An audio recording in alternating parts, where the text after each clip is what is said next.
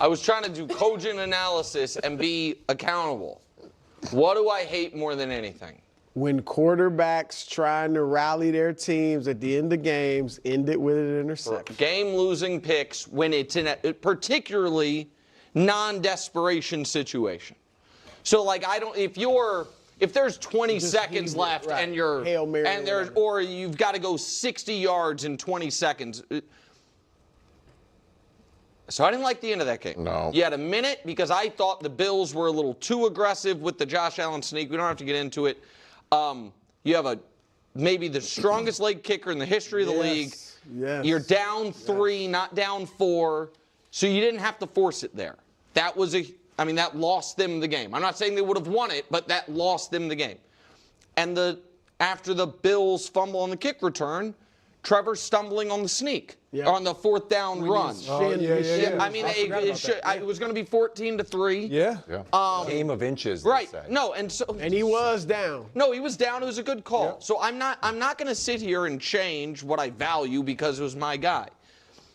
It hurts more because there have only been 2 other losses like that in playoff history, where a quarterback has multiple go ahead from behind 4th quarter touchdown drives, and they don't win.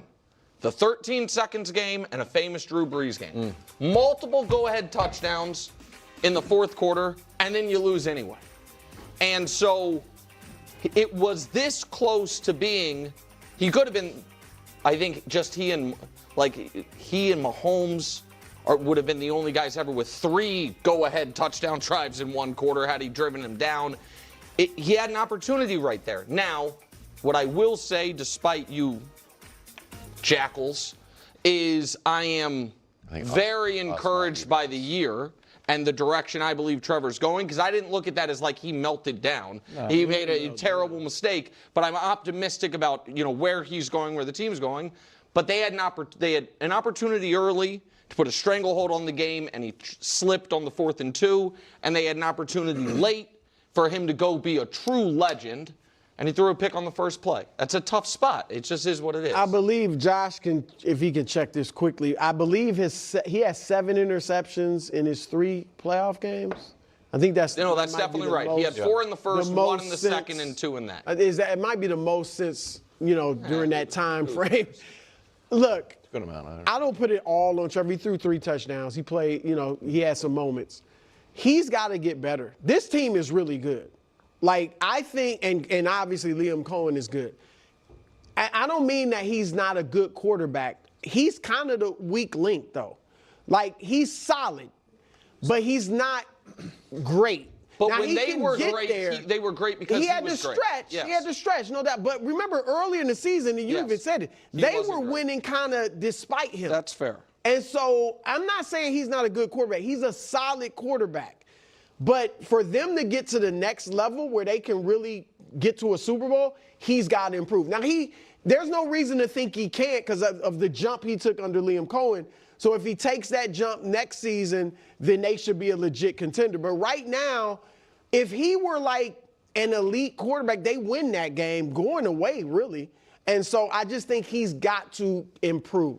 So I don't put the loss on Trevor. I think Trevor should put the loss on him and then own it and improve based on what you're saying. I thought I was very encouraged by Trevor. Even the interception, the throw, the conviction in which he threw it, like it was a good throw. You could say it could have been better because it ended up getting picked. It was excellent defense. It was a great defensive play, but he didn't throw it with any hesitation. He knew exactly what he wanted to do with the ball, where he wanted to go, and he put it in a good spot. You look at this, it's like, his receiver is going to catch that ball if the defender doesn't knock it down, hopefully. And so you can live with that. If you are your Liam Cohen and you watch this back, do you want to have it back if you're Trevor? Absolutely. But some of the throws he made in this game, his ability to show resolve and be resilient and make some of these throws, I was really impressed. And so knowing what you have coming back next year, you had a receiver on the field that Parker Washington that no one knew about. And all of a sudden it's like, okay, we got Parker Washington, you got Jacoby Myers, you got Thomas Jr. and Travis Hunter coming back. All these weapons. Yeah, listen, shout out to Jags fans for being such an awesome fan base. I had to really work and beg for Jags fans to watch some of these videos, and I kept saying, like, I want to make Jags videos. And you guys really did rise to the occasion. And I was bummed that the party ends. I really am, real talk. I really enjoyed near the end of the season being able to talk so highly about the Jacksonville Jaguars and what they're able to accomplish, and see how excited and passionate and how grateful the fans were. Like, it was awesome. It really was. And so it's a bummer that had to end. But putting this whole loss on Trevor and whatnot, I just anytime you lose, for the most part, you can always play better. You can always point to times that you could have been better. I look at things, I always pick and choose when I think it's appropriate to zoom in or zoom out. Zoom in and zoom out. And what lens do I want to look at something through? And for me, it was never about this year for the Jacksonville Jaguars. It was never about that. It was, can you start going in the right direction? And that was my whole take about the Jags, where it was just like, you have Liam Cohen, you have Trevor Lawrence, you round out the roster, and you're going to be great. You're going to be elite. And these games are not always going to go in your favor. They're not always going. It's the playoffs, man. It's the playoffs. This is not a thing where the average great team or the average great quarterback just rips off 5, 6, 7, 8, 9, 10 rings. Like, it's just not how it works. It's just not how it works. And you got Josh Allen. That's what I said in my post-game clip. You got Josh Allen. Josh Allen is elite. Josh Allen is the greatest playoff quarterback of all time. I mean, this is who Josh Allen is, if I could bring it up. First in total yards per game, first in touchdowns, interception ratios, fourth in passer rating, just in the playoffs of all time. And that's what happened. You play a lesser quarterback, you win the game. You win the game, and you want Trevor Lawrence to be that great. You want Trevor Lawrence to be that special. It's like, you're asking just to get like a Michael Jordan here, and Trevor Lawrence can be great. Trevor Lawrence can be elite. Trevor Lawrence can be special. But it's going to take more than 1 year with Liam Cohen. Now you get year 2. I am such a big proponent of the whole coach-quarterback duo. It is the drum that I bang on, arguably more than anything else on this channel. You're going to get sick of it. But it was one of my first Jags videos this season was about, technically the off-season was about Liam Cohen coming to Jacksonville and what that will do for Trevor and this team. And I'm telling you, it's all about year 2. I'm telling you, it's all about year 2. Now there's continuity. Now there's growth. Minimal growth can take place during the regular season. Minimal growth, but now Liam and Trevor get to sit down and have conversations and be like, what do we like? What don't we like? Trevor can be like, you know what? I really liked X, Y, and Z. Brady talked about this, that a lot of it now is also up to the quarterback to talk to the coach and say, I really like this, I don't like that, I'm more comfortable with this, I'm less comfortable with that. And that's why now a lot of it is actually going to be on Trevor Lawrence, not Liam Cohen. It's going to be on Trevor Lawrence to put in the work, to go to Liam and be like, I want to be better, I want to be greater, I want to break down, I want to discuss how can I be better in all of these moments. What do I need to do to be the best version of myself? What do I need to do? And he also has to be willing and honest to have those conversations with Liam Cohen and be like, I am uncomfortable in this situation. I talked about this a lot. Not in this exact situation, but like part of maturing as a player is admitting what you know and what you don't know. When you're younger, you're just like, yeah. You just like a lot of head nodding, like, oh, I got it. Yep, get it. Yep, absolutely. Because you're just trying to be like, I belong, and I get it. Some insecurity. And also, like, if you admit that you don't know something or that you're not good at something, it's like, oh no, I've been revealed, I've been exposed. But once you get comfortable, once you feel more established, you're like, yeah, I'm not good at that. I want to get better at it. Or it's like, no, I'm just not good at it. And so we have to minimize that. I talk about that all the time with coaches. Some of it is figuring out, how do we elevate an aspect of a game? How do we minimize something that you're not good at? How do we enhance something that you're good at and make it great? Sometimes you try to make something that you're not good at, but you realize, we're just not going to be able to get it. Just not who you are, just not one of your strengths, not one of your skill sets. So we have to make sure that that doesn't pop up in games. It's not one of your strengths. We got to work around it, like every player, every quarterback. That's the benefit of continuity with a coach, and a great offensive coach at that.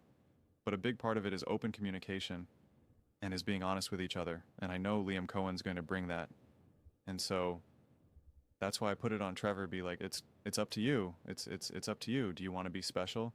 I really firmly believe if Trevor Lawrence wants to be special, he can be with Liam Cohen. And to be clear, I'm not questioning whether he does or he doesn't. I'm just saying I'm putting it on him because I don't know what's in his heart, and neither do you. No, none of us do. But ultimately, I look at it as it's there. Colin talks about like the horsepower is there. It's there. Could he have played a little bit better in this game? For sure. For sure. The one slip, it's like, man, those things just happen. Just like, I remember Josh Allen went up against Tennessee Titans. This was years ago. It was a regular season game, and he lost. It was back with like Derrick Henry and whatnot. Ryan Tannehill. Josh Allen got the ball in a sneak, and he like slipped, and like caused him the game. And it was just like, he slipped. It's like I don't know, man. It just happens. And listen, Trevor has one of the best slips and stand-ups and getting to a touchdown that I've ever seen. So, but like, it just, and that one interception was tough. It was an awesome throw. He did see it and let it rip. He saw it, trusted it, and let it rip.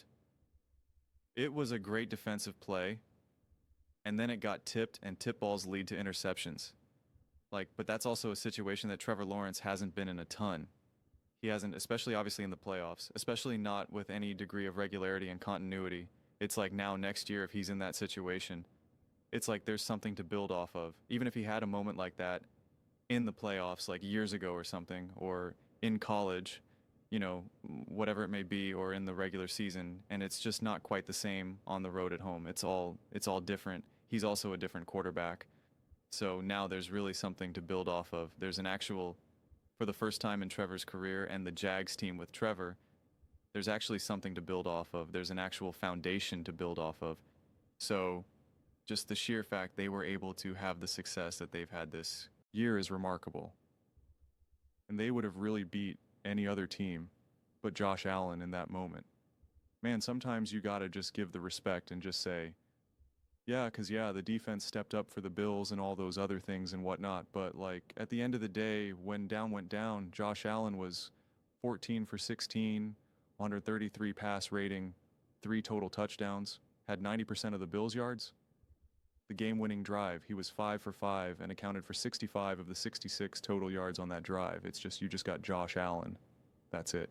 And that's just it just happens. It just happens. But those are just my thoughts. I'd absolutely love to hear yours. What do you guys all think about the Jacksonville Jaguars falling to the Buffalo Bills? You put this loss on Trevor. How you feeling about the end of this season, and now just the season as a whole? Let me know your thoughts in the comments below. I read every single comment, so you agree with me or disagree with me. Either way, let's get in some discussions, let's get in some fights.